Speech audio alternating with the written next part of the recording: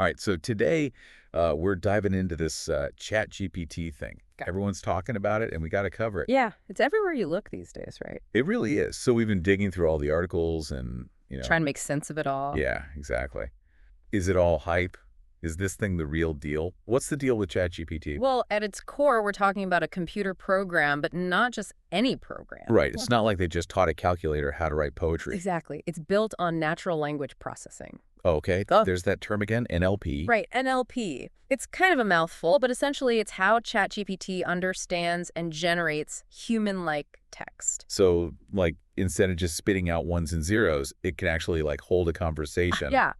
And that's because it's been trained on an absolutely massive amount of data. Oh. We're talking, like, all the books in the Library of Congress, right? Pretty much. Articles, code, you name it. If it's text, ChatGPT has probably seen it. So it's like this massive sponge that soaked up all this information. Exactly. And it uses that information to understand context, grammar, even different writing styles. So if I ask it to write me a Shakespearean sonnet about the joys of coffee, it could actually do that. You bet. And it probably wouldn't be half bad either. That's both amazing and a little terrifying. So how do people even access this thing? Well, they've made it super accessible. Which is kind of wild when you think about it. This super powerful AI is just a few clicks away. Right. They have a website, a desktop app for us Mac users. I think they're working on one for other computers too. Yeah, they are. Yeah. And of course, there are apps for your phone, iOS, and Android. So no matter what device you're on, you can experience the power of ChatGPT. Pretty much. And for the techies out there, they've also got a really robust API. So you can really get your hands dirty and integrate it into your own projects. Exactly. The possibilities are kind of endless when you think about it. Okay, but enough about the how. Let's talk about what it can do. Right, because that's where things get really interesting. Like we said, it can write anything. Emails, social media posts, even code. The versatility is insane. And it's not just about generating text, it's about understanding your intent. So it's not just about spitting out random words, it's about actually creating something meaningful. Precisely. Imagine being able to brainstorm ideas with an AI, get instant feedback on your work, or even just have it summarize a long article for you. Talk about a productivity boost. I mean, I've used it for summarizing articles before, and it's crazy how accurate it can be. It's pretty remarkable. And we're only just scratching the surface of what's possible with this technology. That's what's both exciting and a little scary, right? Like, where do we even go from here? Right. But before we get ahead of ourselves, we should talk about some of the limitations. Because as with anything, it's not all sunshine and roses, right? Right. It's important to remember that ChatGPT isn't perfect. Okay, so what are we talking about here? What are some of the things that ChatGPT can't do or shouldn't be used for? Well, one of the big ones is that its knowledge is basically frozen in time. Frozen in time, what do you mean? Its training data only goes up to September 2021. So anything that's happened since then, new events, discoveries, trends, ChatGPT doesn't know about them. So if I ask it who won the World Series last night, It'll have no idea. it's like a time traveler from 2021 who's just trying to figure out what's going on. Exactly. And that can lead to some interesting and sometimes misleading results. So you're saying we should take its answers with a grain of salt? Especially when it comes to anything time-sensitive or related to current events. Good to know. What else? What other limitations should we be aware of? Well, there's also the issue of what we call hallucinations. Hallucinations. Hold on, is ChatGPT seeing things? Not quite. It's not about actually seeing things.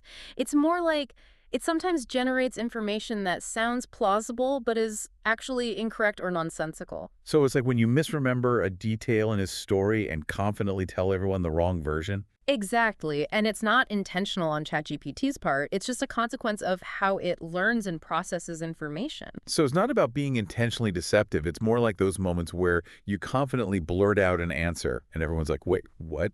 Precisely. And these hallucinations can happen for a variety of reasons: misinterpreting a prompt, connecting unrelated dots, or simply getting a little carried away with its creative license. So again, maybe don't bet the farm on everything it tells you. Exactly. Always double check the information, especially if you're using it for something important. Good advice in any era. Now, before we go full-blown philosophy here, Right. Let's keep it real. let's talk about the cost. This kind of AI power It's got to be expensive, Well, right? the good news is they've got options for everyone. Which is awesome because it makes this technology accessible to more people. Exactly. They have a free tier with limited features so you can try it out without spending a dime. Perfect for the curious minds out there who just want to dip their toes in. Right. And if you want more, which, let's be honest, you probably will. It's kind of addictive once you start playing with it. Totally. So they've got ChatGPT Plus. It's their subscription plan for $20 a month. Not bad for having your own personal AI assistant on call 24/7. Right. You get enhanced features, priority access, even when everyone else is trying to use it,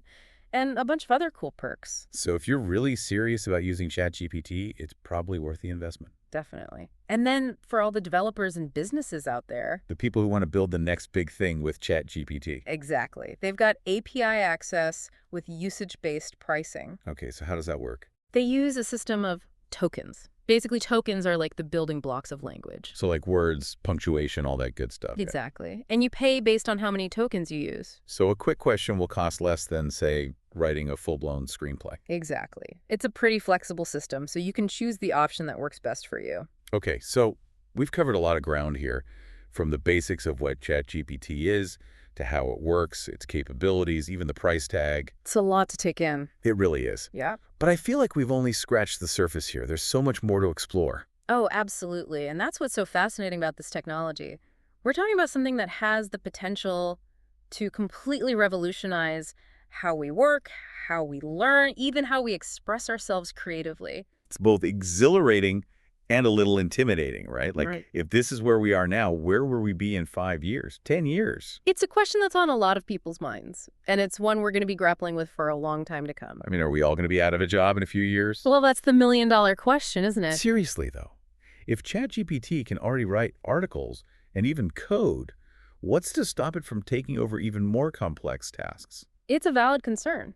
But what if, instead of thinking about it as AI replacing us, Right. we think about it as AI augmenting our abilities? Okay, augmenting our abilities. So Mhm. like ChatGPT becomes a tool that we use to be even better at what we do. Exactly. Imagine being able to bounce ideas off ChatGPT, getting instant feedback on your work, having it analyze complex data for you. It's like having a super-powered research assistant at your fingertips. Exactly. And that's just the beginning. We're really only limited by our imagination here. Okay, but let's talk about the potential downsides for a sec. Mm. Because I think there are some valid concerns about AI too. Absolutely. No technology is without its risks. Right. Like, what about misinformation? If ChatGPT can generate realistic-sounding text, couldn't it be used to spread fake news? That's a huge concern, and it's something we need to be very aware of. As AI becomes more sophisticated, we need to develop safeguards against its misuse. So like fact-checking AI, or maybe even AI that can detect other AI. Exactly. We need to be able to trust the information we're consuming, even if it was generated by AI. It's like we need a whole new set of digital literacy skills for the AI age. Exactly. We need to be critical thinkers, asking questions, double-checking sources. And not just blindly trusting everything we read online. Exactly. That's more important now than ever. Agreed. Okay, so misinformation is a big one. What else? What other potential downsides should we be thinking about? Well, there's also the issue of bias. Ah, right, because ChatGPT is trained on data that we humans create, and we all know how biased humans can be. Exactly. And those biases can seep into the data that AI learns from. So even with the best intentions, we could end up creating AI that perpetuates harmful stereotypes or discriminates against certain groups of people. Precisely. It's a complex issue, and there's no easy solution. It's like we're trying to build a perfectly objective machine using our own very subjective perspectives. Right. It's a paradox. But Yeah. that's why it's so important to have these conversations. To be aware of the potential pitfalls and work actively to address them. Absolutely. Because the future of AI isn't something that's going to just happen to us. It's something we're actively creating right here, right now. Exactly. And the choices we make today will determine what that future looks like. It's a lot of responsibility, Yeah. but it's also incredibly exciting. Yeah. I mean, we're talking about shaping the future with technology. And that's a pretty amazing thing when you think about it. It really is. But as we continue down this path, we need to remember that AI should be a force for good in the world. Couldn't agree more. It's about using this technology to make our lives better, to solve problems, to create a more just and equitable society for everyone. So where do we go from here? I mean, it feels like we're on the cusp of something huge, but what does it all mean? That's the big question, isn't it? And I don't think anyone has all the answers. Right. It's not like we have a crystal ball that can predict the future of AI. Exactly. But what we can do is approach it with a sense of responsibility and thoughtfulness. Okay, so responsibility and thoughtfulness. What does that look like in practice? Well, for starters, it means having open and honest conversations about AI, like the one we're having right now. Right.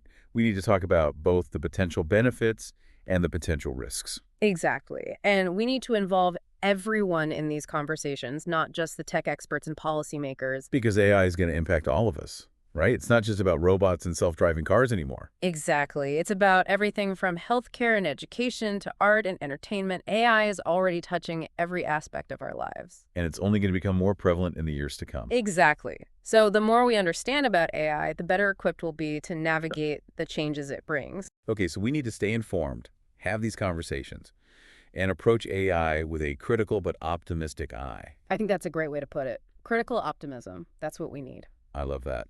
Now, before we wrap up, I want to give our listeners something concrete they can do. Yeah, because it can feel overwhelming, right? Like, how can one person make a difference in the face of such a massive technological shift? Totally. So what's one small step our listeners can take today to engage with this whole AI thing in a meaningful way? I think one of the most important things is to simply stay curious. Curious. Yeah, read articles, listen to podcasts, ask questions. Don't be afraid to dive in and learn as much as you can about AI. Because knowledge is power, right? The more we understand about this technology, the better equipped we'll be to shape its future. Exactly. And that's what it all comes down to, shaping the future of AI in a way that benefits all of humanity. That's a future worth striving for. Absolutely. Well, folks, there you have it, our deep dive into the world of ChatGPT. We've explored its capabilities, its limitations, and its potential to transform our world in ways we can only begin to imagine.